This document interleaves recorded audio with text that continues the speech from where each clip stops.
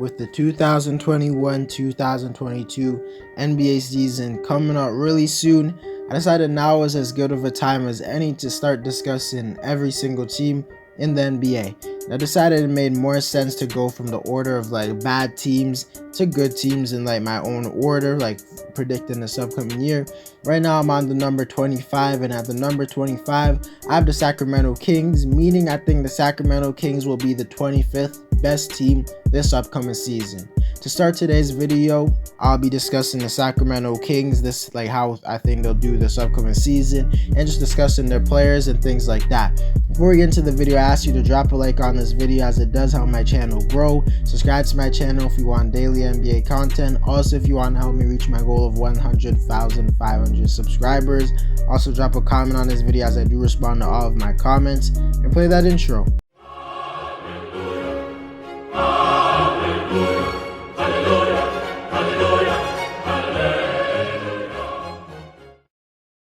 Start the video off, I want to talk about the Sacramento Kings on the offensive side of the floor, and to be honest, I think they'll be pretty good on offense because last year they were 11th in the league in offense, and I feel like it's likely that their offense improved rather than gotten worse this offseason because they got a guy who could help them on offense in Davion Mitchell because he could like space the floor, things like that, handle the ball. They also added Tristan Thompson, who's supposedly a pretty good center who could get offensive rebounds, and I expect some of their young players to improve offensively, which will just make them better. But to talk about the offensive talent on this team, it's pretty solid, and they're being led by Dieren Fox, who's one of the more underrated players in the National Basketball Association. Literally came off of a season averaging 25 points, 7 assists. Literally no one talked about it. He's easily a top 10 point guard in the league. I don't really expect a major jump out of him because that season he just had was absolutely phenomenal. I don't know if he can average 30 points, 8 assists,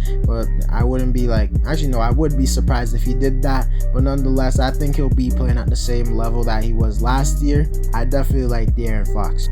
Next, they have Tyrese Halliburton, who was one of the top 3 rookies last year, and he just showed to be a player who was great straight out the gate into the NBA. He plays like a guy who's been in the league for a couple of years now, and he's just a guy who I think will continue to progress.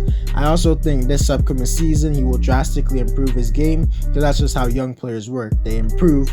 And last season he wasn't given full freedom until a bit later in the season, and I think with a full year of being like a starter and constantly having the ball in his hands, he's definitely going to improve his game, just make this team better. I think he'll average somewhere around 17 points, 5 or 6 assists, and hopefully he'll maintain his 3-point shooting ability.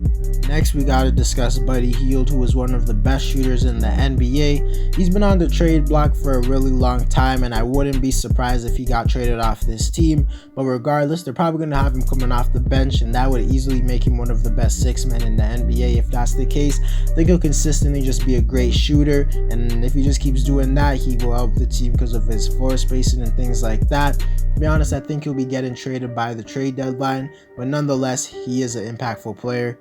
Next, we have to talk about the rookie in Davion Mitchell. I think he's a rookie who can actually help his team straight out the gate. I said it when he was drafted, and I still think that because going into the NBA, Davion was scouted as a point guard who was one of the best perimeter defenders in the whole draft class, and as a point guard who could shoot the ball.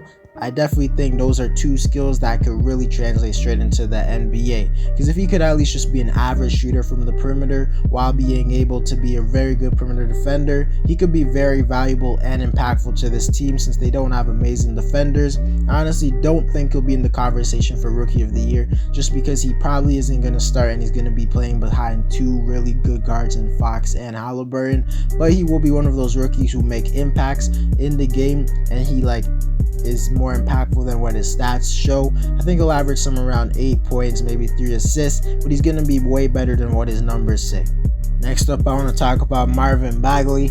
I think he's a really important player for this team. He's been arguably their most important player the last 3 years, and I don't know if it's too late for him, but I still think he's a player who can at least be a really solid player in the NBA, maybe even a star. He has the star potential, he has the star skill, he just has to be healthy, put it all together. He's actually been pretty solid in his career so far, as he's been like a near double-double type of guy. Because last year he literally just averaged 14 points and 7 rebounds, shooting 50% from the field and 34% from 3.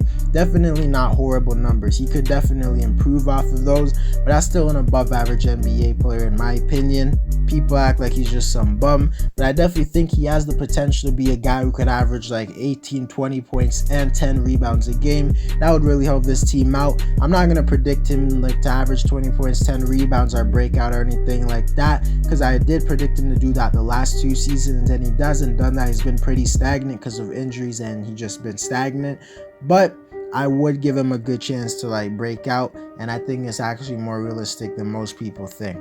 And for the rest of the players on this team, I don't really have much to say about them.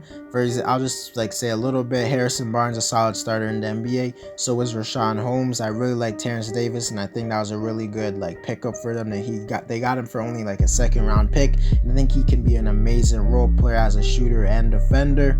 And to just talk about the team overall, I think they'll be pretty good on offense, because last year they were pretty good, but they were just like terrible, and I mean terrible on the defensive side of the floor.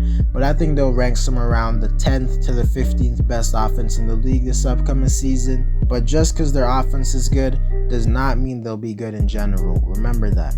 Now we gotta talk about the defensive side of the floor with this team, and I simply don't think they're that good, because last year they were actually one of the worst defensive teams, not just in the NBA that season. They were actually like dead last in the whole NBA last season in defense, but in NBA history they were one of the worst defense, and that's simply not going to win you any games. Even if you're the best offense in the league and the worst defense, at best you're going to be a low seed in the playoffs, unless you're the Brooklyn Nets, but they have 3 superstars.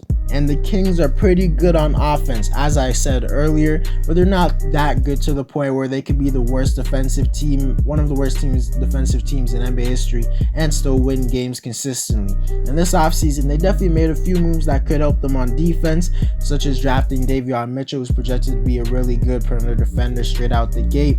Also them getting Tristan Thompson, who's supposed to be a really solid defender as a big man, and them signing Maurice Harkless, who has a reputation in the league for being a good perimeter defender. But I simply don't think that is enough to the point where you could go from a historically bad defense to an average one, or like maybe even a slightly below average one. And for that reason, I don't think there'll be a top 25 defense in the league, and the defensive talent on this roster is not even that horrible. Dieren Fox is not a liability or a bad defender. He's probably like an average to above average one. Buddy Hield is not as bad as of a defender as people think. I don't think he's a liability. At times he is, because he doesn't give full effort, but when he gives effort, he's actually a pretty solid one. Tyrese Halliburton is a pretty solid defender. Davion Mitchell, as I said, is supposed to be a solid defender. Tristan Thompson's pretty good defensive center. Richaun Holmes is a really good rim defender, especially when it comes to blocking shots. And Harrison Barnes is supposed to be a solid perimeter defender, and so is Terrence Davis. This is a team with not too much liabilities on defense, and a bunch of guys who I would say are above average on defense. So there's no real reason to say like they're gonna be a bad defense. Like literally, I wouldn't say they would be this bad on defense, but it's the fact they literally have the worst coach in the NBA. It's not even the player's fault. It's Luke Walton's fault, because even from a year ago, I've been saying they should fire him. He is just like responsible for the downfall of this team. I honestly think he will continue to be the downfall until they get rid of him, because he just plays a terrible defensive scheme when they have the talent to at least be like average to slightly below average, which would make them a playoff team in my opinion. To answer the question of why I put Sacramento as the 25th ranked team, simply because I don't think they made enough improvements to where they'll be a playoff team, and probably not even a play-in team, but I could see them maybe making the play-in if like teams get injured. But I just can't put too much faith in Sacramento when you literally have the worst coach in the NBA, because this roster isn't even that terrible. People like to act like it is, but they have a few really solid guys on their roster. It's just their coach is so terrible, bro, to the point where I don't even have faith in them, because unless they're like a super team, if Luke Walton's your coach, you're not winning anything, bro. This guy literally sucks. He has this team being the worst defense in like NBA history. He made them like slow down the pace a bit significantly, like after that 1 year where they nearly made the playoffs and things. I know Kings fans might be annoyed like by me for like saying they won't make the playoffs and stuff, but just realize your coach really sucks, bro. It's not even like my fault. But nonetheless, good luck Sacramento, because you guys will need it unless you're gonna fire Luke Walton. He sucks. Anyways, guys, that's it for the video. Let me know whether or not you think the Sacramento Kings will do good this season.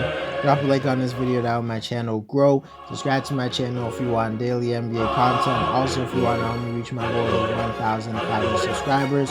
Also, drop a comment on this video, as I do respond to all of my comments. And I'm out.